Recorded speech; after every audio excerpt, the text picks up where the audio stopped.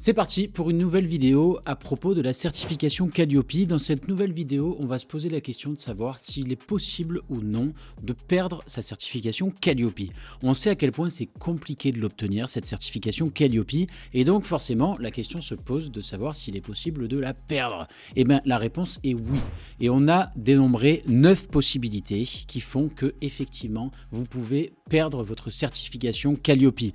Alors, de peur de voir votre certification vous être retirée, il y a un certain nombre d'éléments qu'il faut avoir en tête, un certain nombre de mesures qu'il faut prendre. On va les énumérer tout au long de cette vidéo. C'est parti.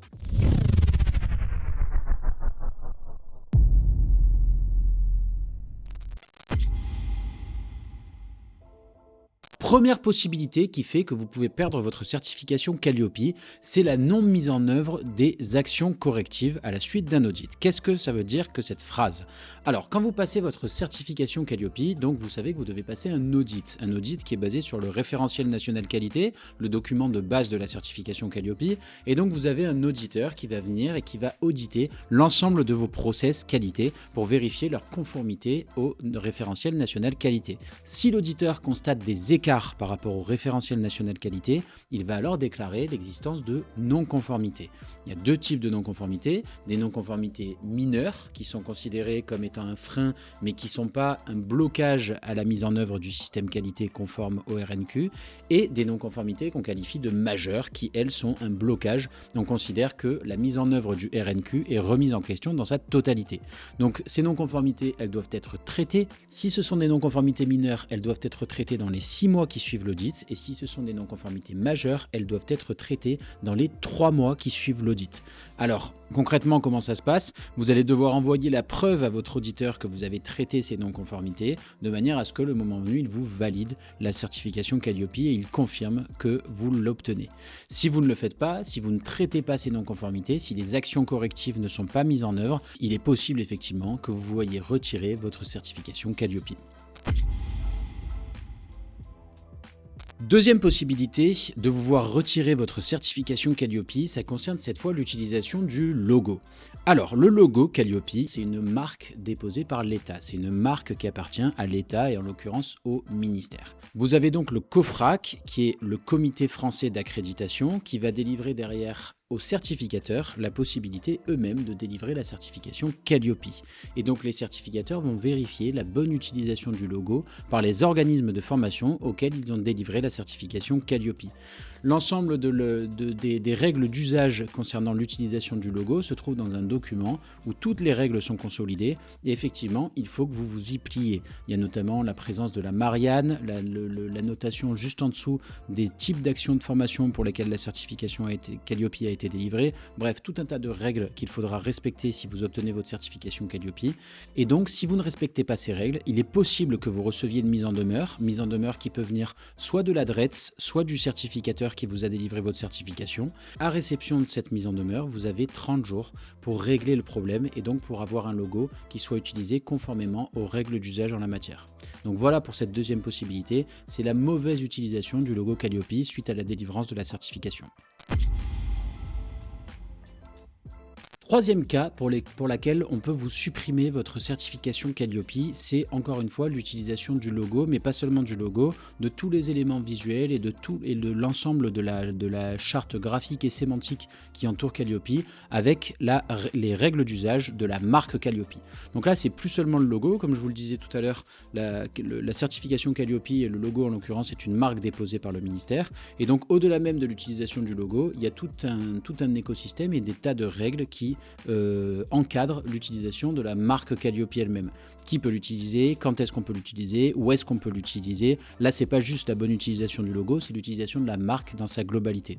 Et de la même manière que si vous utilisez mal le logo, on peut vous retirer la certification Calliope, de cette même manière, si vous utilisez mal la marque Calliope elle-même, on peut vous voir retirer la certification Calliope. Les modalités sont les mêmes, mise en demeure que vous recevez, vous avez 30 jours pour régler le problème, et si vous ne réglez pas le problème, on vous retire la certification Calliope. Quatrième cas pour lequel on peut vous voir retirer la certification Calliope, c'est le non-passage des audits qui conviennent. Je vous rappelle que la certification Calliope est basée sur un cycle d'audit sur 3 ans. Et au cours de ces 3 ans, vous avez d'abord un audit initial qui lance le cycle de la certification Calliope. Après, vous avez un audit de surveillance entre le 14e et le 22e mois. Et puis un audit de renouvellement qui vous fait entrer dans un nouveau cycle Calliope. Et donc à la suite de cet audit de renouvellement, audit de surveillance, audit de renouvellement, audit de surveillance, audit de renouvellement. Et vous devez respecter un certain nombre de délais dans ce passage, dans ce cycle Calliope. Si vous ne respectez pas les délais, typiquement je vous disais entre le 14e et le 22e mois, si vous ne respectez pas ces délais, la certification Calliope peut vous être retirée. Et il en va de même pour l'audit de renouvellement qui lui doit intervenir dans les 3 ans qui suivent l'obtention de l'audit initial. Si vous ne le passez pas dans les délais, le certificateur qui vous a délivré la certification Calliope lors de l'audit initial peut vous retirer votre certification à l'occasion de l'audit de surveillance ou de l'audit de renouvellement précisément que vous n'auriez pas passé. Cinquième cas pour lequel on peut vous retirer la certification Calliope, c'est le non-respect de vos obligations financières en ce qui concerne la certification Calliope elle-même. Quand vous passez la certification, vous devez faire appel à un certificateur. Donc, vous avez la liste d'ailleurs des certificateurs. Je vous conseille d'y jeter un œil. C'est pas mal pour si vous voulez benchmarker un petit peu et voir quels sont les certificateurs les plus chers, les moins chers. On a fait un classement des certificateurs et on a détaillé quels étaient les meilleurs en fonction des délais, en fonction du prix, en fonction de la disponibilité des auditeurs, etc., etc. Donc, je vous recommande d'aller y jeter un œil. Mais donc, au-delà de ça, quand vous voulez passer la certification Calliope, vous faites appel à un auditeur pour le passage de cette certification. Et donc le moment venu, effectivement, il faudra le payer cet audit. Si vous ne payez pas l'audit, le certificateur est en mesure, donc il va vous délivrer la certification, et le moment venu, quand il verra que, en l'occurrence, vous ne payez pas votre audit, il est en possibilité de suspendre, voire de retirer complètement votre certification Calliope. Sixième possibilité, c'est la seule possibilité qui est une suspension ou un retrait qui serait proactif, qui serait à la demande de l'organisme de formation. En effet, aussi surprenant que ça puisse paraître, il est possible que l'organisme de formation demande lui-même la suspension de sa certification Calliope pour des raisons qui lui sont propres. Je sais pas, ça peut être une mise en veille de la société par exemple, et auquel cas, il écrit au certificateur et lui demande de suspendre sa certification Calliope. Donc c'est pas à proprement parler un retrait, c'est pas une crainte qui doit peser sur vos épaules dans la mesure où là, c'est vous qui êtes proactif dans cette demande, mais en attendant, ça fait partie des possibilités pour lesquelles vous pouvez voir votre certification retirée ou suspendue. Et donc le moment venu, évidemment, si vous demandez le retrait de votre certification Calliope, non seulement vous n'avez plus accès aux fonds publics et mutualisés de la formation professionnelle, mais aussi vous n'avez plus le droit d'utiliser le logo et l'environnement, la marque Calliope. Septième possibilité maintenant, comme vous le savez, la certification Calliope, elle n'est pas décernée à un organisme de formation, enfin elle est décernée à un organisme de formation, mais sur une action spécifique. Autrement dit, pour rappel, on compte 4 types d'actions de formation. La formation continue, les centres de bilan de compétences, les validations des acquis de l'expérience et les centres de formation par apprentissage. Ce sont les 4 types de formation qu'on appelle les actions concourant au développement des compétences. Et donc quand on vous décerne la certification Calliope, on peut vous décerner la certification Calliope sur une ou sur l'ensemble de ces actions de formation. Et donc le moment venu, vous devrez passer tant ou tant d'indicateurs. Là aussi, on a fait une vidéo à ce sujet que je vous conseille de regarder parce que c'est quand même assez important. Si vous êtes par exemple un centre de bilan de compétences, vous n'êtes concerné que par 22 indicateurs du référentiel national qualité. En revanche, si vous voulez passer la certification Calliope sur le modèle CFA, centre de formation par apprentissage, vous devrez passer les 32 indicateurs de la certification Calliope. Donc les exigences ne sont pas du tout les mêmes et il faut bien l'avoir en tête au moment où vous allez passer votre audit. Quel rapport ça avec la suspension potentielle de la certification Calliope? Si sur une année donnée, vous ne délivrez aucune action de formation dans l'une des typologies d'actions de formation qu'on a citées, eh bien alors le certificateur est dans l'obligation de vous retirer la certification Calliope précisément sur le type d'action de formation pour lequel vous n'avez pas exercé. Autrement dit, admettons, vous obtenez votre certification Calliope sur le format organisme de formation plus CFA. Si dans l'année, vous ne délivrez aucune formation sur le modèle CFA, alors à l'issue, le certificateur sera contraint de vous retirer la certification Calliope sur ce champ de formation et vous serez certifié Calliope uniquement sur la prestation action de formation continue.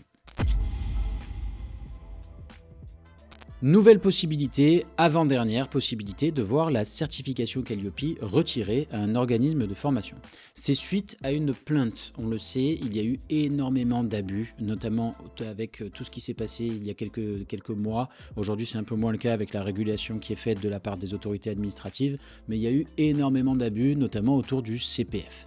Et donc, dans ces cas-là, il est possible que des plaintes soient remontées, donc qu'elles soient remontées directement à l'organisme certificateur ou voire même qu'elles soient remontées au ministère ou à la DRETS, et auquel cas, il est possible, s'il y a une fraude qui est avérée, il est possible que le certificateur retire la certification Calliope à l'organisme de formation auquel il l'a décernée, précisément parce que l'organisme de formation en question serait frauduleux. Neuvième et dernière possibilité de se voir sa certification Calliope retirée, et attention parce que c'est la plus fréquente, c'est la non-remise du BPF. Chaque année, au 31 mai de chaque année, vous devez remettre votre bilan pédagogique et financier. Ce bilan pédagogique et financier, pour rappel, qu'est-ce que c'est? De la même manière que vous devez délivrer un bilan comptable auprès de votre expert comptable et auprès des autorités fiscales, vous devez remettre un bilan pédagogique et financier dans le monde de la formation professionnelle. C'est un document qui répertorie l'ensemble des formations professionnelles que vous avez délivrées sur l'année, où vous listerez le nombre d'intervenants éventuels que vous avez sollicités en sous-traitance, le nombre d'heures de formation que vous avez délivrées au total dans votre organisme et surtout le volume d'affaires que cela représente par catégorie d'action de formation. Donc c'est le bilan consolidé de votre année dans la formation professionnelle. À ne pas oublier, vous devez le délivrer tous les ans avant le 31 mai de chaque année. C'est la fin de cette vidéo, j'espère qu'elle vous a plu. On se retrouve très vite pour une nouvelle vidéo. La prochaine sera consacrée aux arnaques autour de la certification Calliope et aux arnaques dont sont victimes les organismes de formation. Il y en a un certain nombre, il faut les avoir en tête et nous, DigiCertif, on connaît très bien ces arnaques-là puisque effectivement, on a vu énormément d'organismes de formation qui en ont été victimes.